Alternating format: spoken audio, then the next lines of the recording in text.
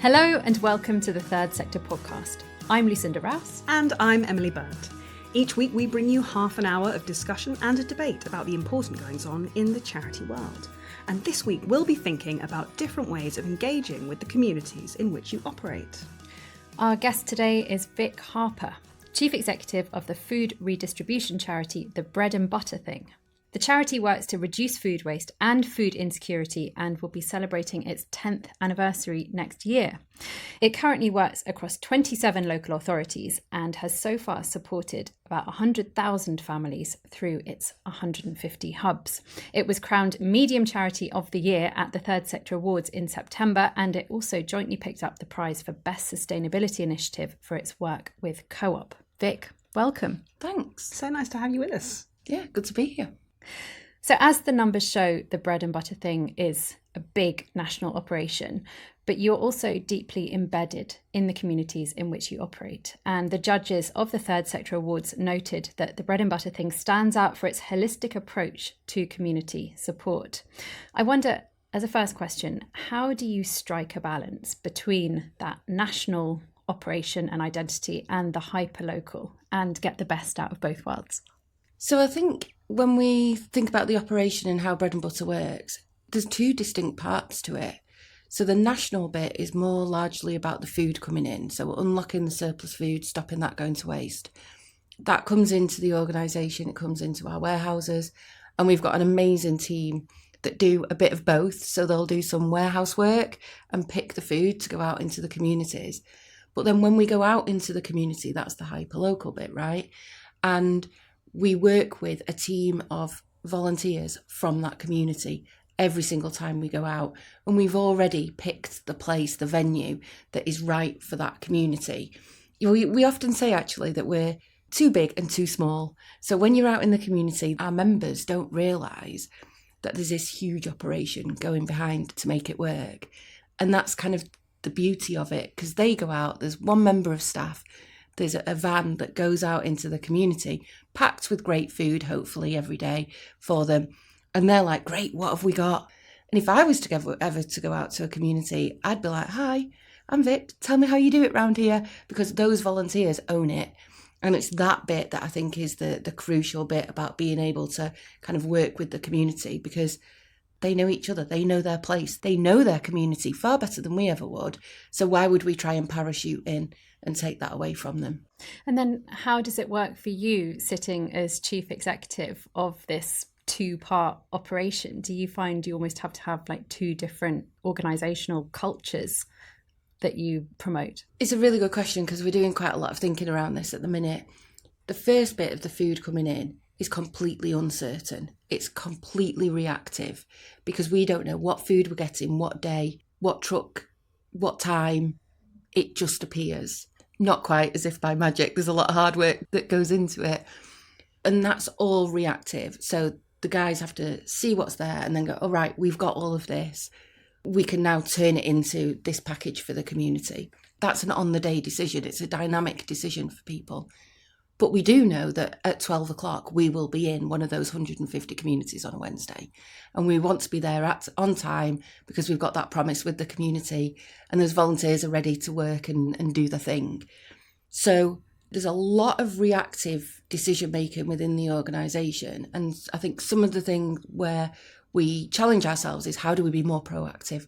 Because when the reactive bit is driving the operation, then how do you stop and kind of go, right, we can get ahead of a few of these things. How do we turn uncertainty into certainty? Because that would make us be a better organisation, right? But you can't let perfect get in the way of good, because we'd just be stuck. Like if we were striving for perfect all the time and there wasn't a sense of pragmatism about how we operated, we'd be setting ourselves up to fail constantly, and that wouldn't be helpful. So then what are the practical steps that you take, and you talk about that kind of culture there, to make sure that those hyperlocal teams feel empowered to take decisions about how they're operating in their communities, and to make sure that they are running, as you say, good, not perfect, but that everything is getting done without having a big chain of command? So we use lots of diagonal communication. We're not kind of an up and down organisation. We're quite flat in how we operate. So I will be on the warehouse floor. I will like get stuck in moving pallets around and things like that, not all the time, but it's important that we, go out to communities. I'm out in the community tomorrow, so that you can kind of stay connected to all of that kind of thing. But then when we're out in the community, there's one member of the team in a van and they can make decisions there and then. So is the quality of the produce good enough? If it's not, that's fine. You don't have to ring in and say, these carrots look a bit dodgy. Do I have to give them to people? That's your decision. You make it. In terms of the volunteers, they're also empowered to do that. They will be the first people to turn around and go, I wouldn't want these in my bags. We're not putting them in. But then every time that we go out to the hub, every set of bags gets weighed. We count the number of products in it so that we can see our diversity. This is for our internal quality assurances. But then the volunteers score it. So if the volunteers aren't happy with that set of bags that day, or they think we could do better, there'll be some 6s and 7s that are thrown in. We're always striving for a 10, of course. But there's lots of different ways that they are able to kind of be involved in what we're doing. And I think another really practical example is we're in the church, the school, the adventure playground, the library, whatever venue is inclusive to that community. And then we'll be in a specific room within that venue. But how it operates within that venue and where the cups of teas, the big brew time happens and the flow of it all is largely decided by the volunteers that are there, because they're doing it. So there's not about kind of us trying to be really prescriptive about everything. We've got a model, and that model's set out to a point. And then after that, there's the little sprinkles that the community can put on to make it their own. And I understand that your volunteers are, in many cases, people who use your services as well, who buy from your distribution hubs. How do you manage that? Obviously, there are definitely pros of having people so closely connected to the charity's cause running the show, particularly in the local communities. But I guess there's also a risk of a bit of overlap, potential conflict of interest in that. We just don't see that at all. The volunteers are amazing. We couldn't do what we do without our volunteers. They're fantastic. And having people that are really invested and benefit from the service almost, I feel, is an advantage, because it makes it more inclusive. It destigmatizes it. There's no judge, because the people that are doing the volunteering are also benefiting from it. So all members come and it's just a community. It just creates a bread and butter community. If we had a team of different people perhaps doing that service, then I think that people would feel more judged. It wouldn't be as inclusive. We're really keen not to have any eligibility requirements.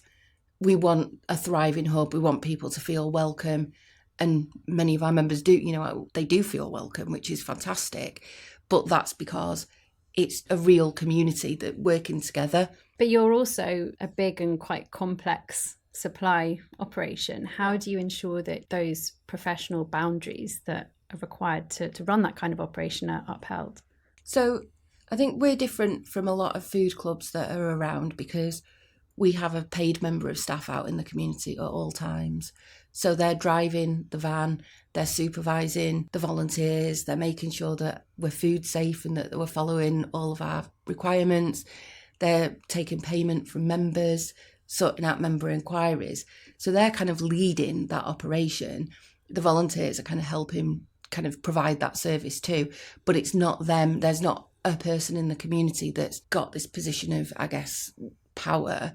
I guess that's where your conflict of interest would come in. But because we've got a member of staff going out each time, and we try and keep that member of staff the same so that they also build rapport with the volunteers, again, from that inclusivity bit and to make it hyperlocal. But yeah, I think that's probably the bit that makes it so that we've not got that risk. And that staff member might not necessarily be from the community? Unlikely that they would be from the community. I wouldn't say it's impossible, but it's unlikely.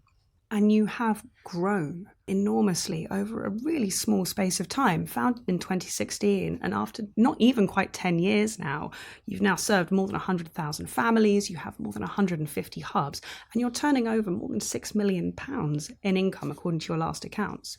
So you've talked a lot about the importance of that hyperlocality and that trust of your volunteers and empowering them to run the show.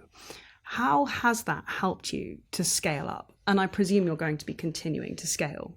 So yes, to an extent. I think it's a sad state of affairs that there's a lot of demand out there. And if we can support, then absolutely we would look to support in additional communities. There's a real balance, though, about not duplicating and displacing other amazing work that's going on. So I feel really strongly that I shouldn't just have a map with some like pins in going, oh, we're heading here next, because I don't know the amazing work that's going on. I don't know the level of need. I just don't know, the local landscape as well as the people there do. So job number one is finding the communities where we know that we would add value. And that's through lots of stakeholder conversations with housing associations, the local authority, people like that, so that we're not just plonking ourselves in a community where we're not going to add any value. We've never missed a delivery and we've never moved out of the community in all of the time that we've been operating. And that, I think, is just an amazing track record that I feel quite responsible that we carry on, in that vein, really, and not wanting to move out of communities is a key thing for us. So getting it right in the first place, mission critical. And then, so once we've identified the communities where we know that we can add value, then it's about what's the venue that could add value. And there we're looking for a community partner. And that community, it's not about having a lockbox to the church hall and being able to use that space. It's about having a school or a community centre that recognises that there's need in their community and would really like to try and do more, but it's just not, schools are there to teach the kids, right? And they do so much more. But then actually, if we could come along, we could do even more and take that pressure off of them. And so that's when that partnership really works. That's the key to it. And if we don't have that partner, it's kind of like buying a house, right? You can have all your location in your tick box, and it's got a garage and it's got all of this stuff. But if you don't get the feel when you walk around, then it's not going to work. So that's the key bit to set up. And then once you've got it set up, those community volunteers look after themselves. It's 3 hours a week. They're coming, it's a social. A lot of people come because it adds value to their life and it provides them with a bit of a routine, and they benefit from the bags and all of that stuff. So it's that not wanting to rush into an area for the wrong reasons, genuinely wanting to add value where we can, and then making sure that we've got a firm partnership from the get-go that means that we can kind of confidently grow rather than kind of aggressively go everywhere and then think, oh, we've overplayed this, we need to retrench. And at the same time, we need to be confident that we've got the food supply, because the last thing we want to do is compromise the service at the 150 hubs that we've got with all of those members that have become part of our community at the cost of growth, to compromise their service delivery. And how do you go about identifying communities that would benefit from and welcome a hub? Is it a case that you get invited by stakeholders, or do you go out actively looking for potential partners? So we do get lots of, hello, please can you come to, name random place that we're nowhere near. And in some cases, we may be able to accommodate that. So we've had some funding from Comic Relief that's enabled us to kind of open up hubs in schools specifically. So this is quite an interesting kind of example, actually. We got quite a big geographical footprint in the northeast, but we weren't in Gateshead, in the local authority of Gateshead. So when we got the funding from Comic Relief, it was like, well, we're not in Gateshead. So I contacted the council, got some links in the council so that they could kind of, number one, are we welcome there? That's a question. We don't want to impose ourselves. And then could they introduce us to some head teachers? So we got introduced to Paul Harris, who was the head teacher of Carhill Primary in Deckham. And Paul's an amazing head teacher. He's been on our podcast, slight plug. He's brilliant, and he just kind of recognised that this would be perfect for the school community. He couldn't accommodate us in the school itself because it's an old Victorian building that's just very long and thin and just doesn't have the space. But the family hub's across the road. So we went into the family hub, we set up in the family hub, we started provision there. Gateshead Council were really pleased with how that was operating, and then introduced us to the lottery for us to get more funding to open up more hubs in Gateshead. So we're just at the point of identifying more communities in Gateshead that we can support. But that builds on the back of that one example of us kind of putting in a school hub in a gap where we found that gap. So kind of to answer the question completely, some of it is people approaching us. Some of it would be we've got funding or we've got some opportunity and we can go out and we can put some feelers out and see if people are interested. But if we're really going to be talking to a particular place, then that would be in partnership with a local authority. It wouldn't generally just be us deciding to do anything without a local authority endorsement, I guess. And you've mentioned local authorities a couple of times now already. I would love to hear a little bit about your experience of working with local authority partners and where you see the value of having those partnerships, how they support you and vice versa. Yeah, the areas where we've got the strongest local authority partnerships are, like, we've got some of our best hubs. And I think that's because they know the local area. And while, we're totally autonomous, we deliver 52 weeks of the year, we're on, like, once we start, we just don't stop. It's a machine. But the local authority knowledge of the landscape in the beginning is really helpful. The introduction to some partners that they think would be well placed is really helpful. And then I think there's lots of government provision out there that is looking at trying to kind of work against the cost of living. I can't call it a crisis anymore because it's just gone on for far too long. But there's recognition that there's lots of benefits and support and things out there. So I think through working with the local authorities, we then become part of the landscape and part of that joint solution. And that's, you used the word holistic before. That's where that holistic piece comes in, because we want to give people a brew and let them have a conversation and feel more socially included. But at the same time, if Citizens Advice can come out and say, did you know about this thing that can here to support you? And quite a lot of the councils will do vaccine buses. They'll rock up with a vaccine bus because they know that there's going to be 80 plus families coming to get some shopping. So it's an ideal time to kind of do that engagement piece. Social prescribing, lots of the social prescribers will have bread and butter on their menu of things to talk about. So the local authority, I guess, is a bit of a catalyst to being embedded within that local landscape. And that, again, is just the foundation for the community, the hyperlocal bit, the being a one-stop shop and being able to package all of that stuff together using food as the hook. Is there a funded element as part of that relationship as well with any local authorities? Yeah, so generally a local authority would fund us to move into their area, and then after that we're self-sustaining. And I think that that's also quite key in terms of our funding models different to other places or other organisations. So that one-time funding, that's kind of almost a seed funding for their area. I think they see it as quite an attractive thing because it's not, a multi-year budget commitment.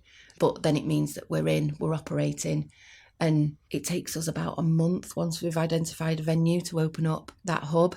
So we can operate quite quickly, subject to those links being kind of in place from the council. Interesting to hear about how you identify potential community partners and your observation that just getting the code to the lockbox to the church hall is really not the way that you work. You have to have people who are bought into it, and it might be a school or it might be a different community venue. I wonder, are there any challenges of working as an organisation, as a national organisation, with such a disparate group of different profiles of potential partners? I think it's a good problem to have, right? I think the one thing that we really do well is that it's not a homogenous group of hub contacts, it's every single one is their own relationship. So we've got 150 relationships, and we know that Ange in Oldham prefers a WhatsApp, but we know that Sandra in Hartlepool works for the council and wants an email because that's the way. And the guys that work with we call them hub leaders, are brilliant at building those relationships and knowing the best way to contact people. But what we can't do is ever send out the blanket email that says, hi everyone, we're moving Christmas hubs. What slot would you like? Because it just doesn't work. So logistics are done on a case by case, very personal kind of basis. But then also having the paid member of staff going out every week also helps build that. And so it's not just down to one person to manage a huge amount of relationships, because they get to know the people out in the community and can be like, oh, this is happening next Monday. We need to move the hub time in slightly because there's a special thing going on. And so I think it's just, life is, isn't it? It's just about relationships and respecting the people that you work with and really wanting to provide great service. So I wouldn't necessarily see it as a challenge because we're nothing without them. Like this, I was going to say it's a small price to pay. It's no price to pay. That's completely wrong. It's just the right way of working with people that we want to respect and have a really good relationship with the people that we work with in the community. So that means working how they want us to work, really. Does that mean that you have to make adjustments in the way that you work at the head office level in terms of how communications reaches the different hubs in different ways? Head office makes us sound really posh. We tend to call it bread quarters. Bread quarters, yes. Excellent. Although that's also still a bit posh. If we think about the structure of the organisation, we've got 60, 70 people on payroll. 80% of those are working to deliver everything that we do kind of in terms of the core. And then if you think about the other 20%, they're like, would you call them like a central services team? You know, it's finance, it's a little bit of marketing, it's all of the texts that we send to the members and processing those and working out who's coming to shop with us and things like that. So they kind of are the foundation for what we do. But all of the operational communications is done by the operational team. So it's all done on that personal basis and it's all done, you know, I guess some people would say it's a little bit informal, like that we could just drop someone a WhatsApp and be like asking them a question. But if that suits that person, then that's better. Or, you know, we've got a couple of vicars that are our hub leaders and actually you're best off sending a message and delivering it in person because they'll be in the church doing some jobs while we're doing our thing. So lots of different ways of working, but yeah, I don't think it changes how like a headquarters works because actually we're not doing that kind of level of formal comms to the people. So it's almost the way that you were set up in the first place makes it continue to work as you've scaled and expanded. Yeah, for sure. What about your partnerships with your big food partners, with your supermarkets, your other food distributors? Obviously, that's going to be a very different kind of relationship to your hub partnerships. Would you speak to how that kind of partnership model works for you in tandem with your local models? I mean, again, it all comes down to the people. All the partnerships is about people. So, yeah, we work with 300 odd suppliers. We contact 170 of them daily or weekly. Again, we pride ourselves on our service standards.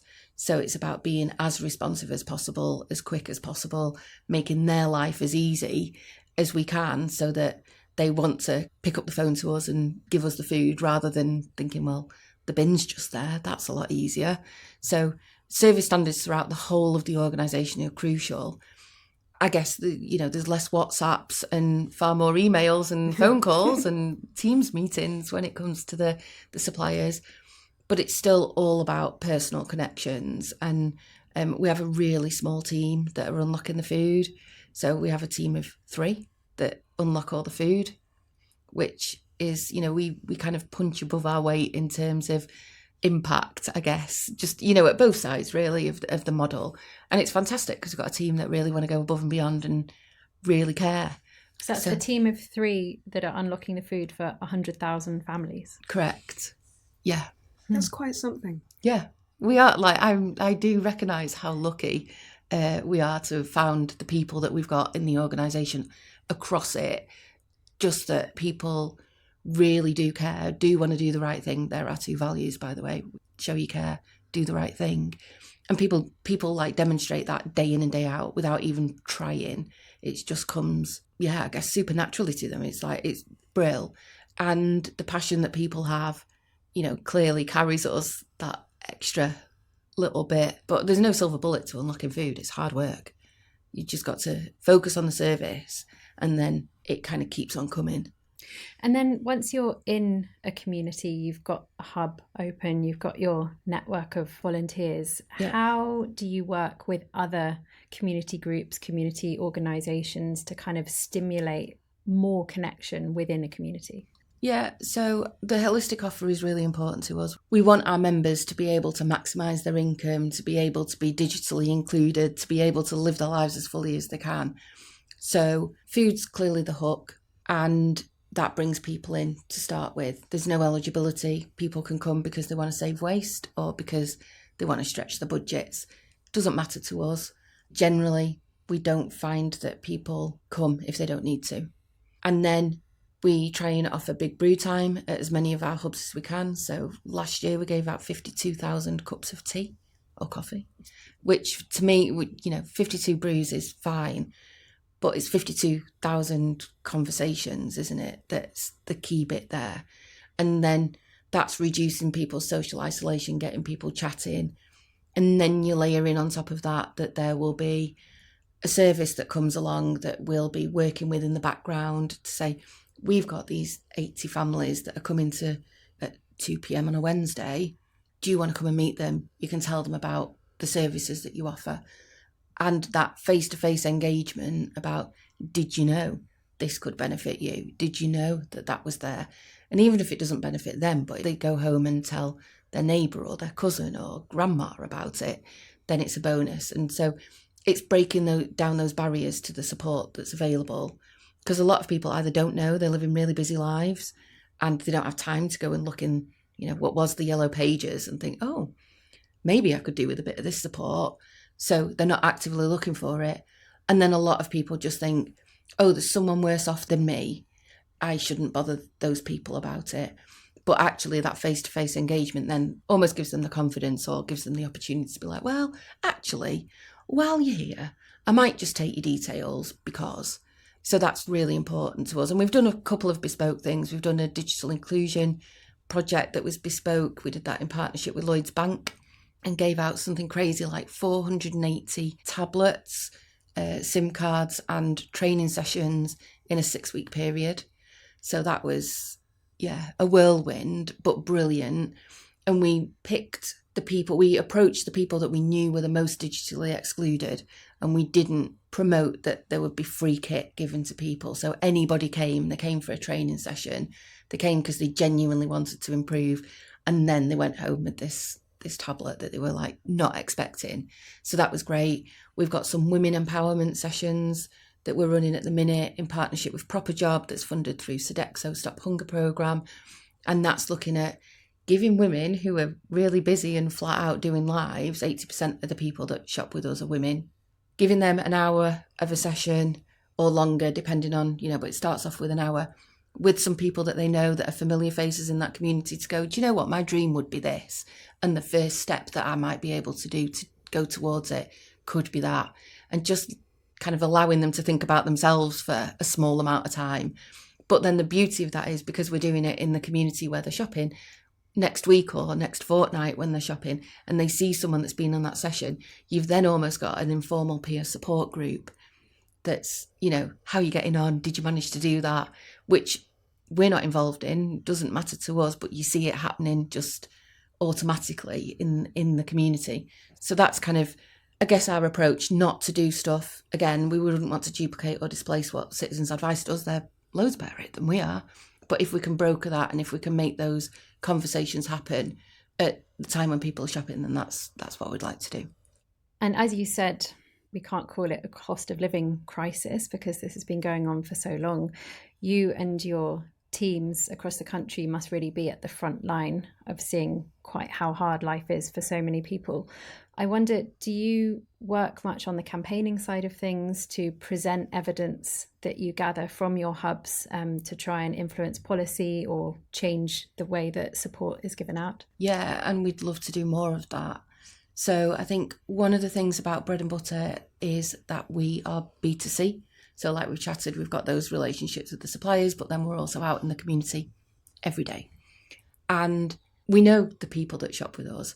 And to backtrack a little bit on this, we're really data light when people start shopping with us. So it's first name, surname, postcode, the name of the hub you want to go to. That's all we need to service and provide food. But then we do surveys to our members. And I'm just prepping for the next annual survey. Last year, we got just shy of 10,000 completed responses to a 70-question survey about, what's going on in people's lives. That's a huge data set. And it tells us a lot about some of the challenges that people are facing. So then we work with different civil servants. We try and put that in front of constituency MPs and to ministers to say, here's some of the challenges. But we've also learned, because we did it really badly at the beginning, that it's no good just going, life's really tough for people, because kind of everyone knows that, right? So what we're trying to do now is kind of work to kind of test policy, or rather than us going on a campaigning and lobbying kind of mission, which it doesn't feel a natural fit for us. It's more about how do we work with civil servants to influence what they're doing, to kind of say, but these are the challenges, and if you do that policy statement, then it's not going to touch these people. You know, you might choose to do it. That's their decision, right? It's a political decision. But just be aware that it's not going to help these people. So we've been working with the Department of Work and Pensions. We've done some work with DEFRA on the food strategy, fed into their consultation. And we work with local government as well to do that. It's something that we've probably started in the last few years. And it takes a long time to kind of get traction and be seen as an organisation that is a go-to. You know, what could the bread and butter thing tell us? I don't think we're at the front of everyone's minds. So we've got work to do there to kind of raise awareness, because we have got a huge amount of insight and we'd love to use it. You know, our mission is to amplify our members' voices. So we want to do that, because if we've not got a voice, then they've absolutely not got a voice. And so how do we work together to try and improve that? It's been amazing listening to you talk about everything that you do here today. And I think, as you say, you do have a really unique model, and everything you've told us just shows how effective your work is. I wonder if you have any words of wisdom for other charities who might be looking to develop their community connections and to be as effective as they can in working with those that they support. I think I'm really going to disappoint you with this answer. I don't really think it's words of wisdom. I think it's just be authentic and have those individual relationships. It is a partnership. You've got to respect the community. You've got to recognise their strengths, you know, and value their input. It's a two-way thing. And if anybody's kind of thinking that, oh, well, we're going in to save the day and we want our hero capes on, then it's just not going to work. You know, they're our heroes, right? Without the community, we wouldn't have a model, we wouldn't have a charity. So I think it's about that respect and that just being authentic and including them from the beginning and wanting to do it right for them. And if you genuinely want that, then how does it go wrong? I don't know. No shortcuts. No, there are absolutely no shortcuts. It's hard. There's no quick wins. Well, on that note, thank you so much, Vic, for joining us today. It's been so interesting to hear about the work of the bread and butter thing, and all the best for the coming years and campaigning and everything that you have on your plate. Thanks. Nice pun. I like that. We hope you enjoyed our discussion with Vic, and that's it for this episode. From Emily and me, and all of us at Third Sector, thank you for listening. Our producer is Jude Owen.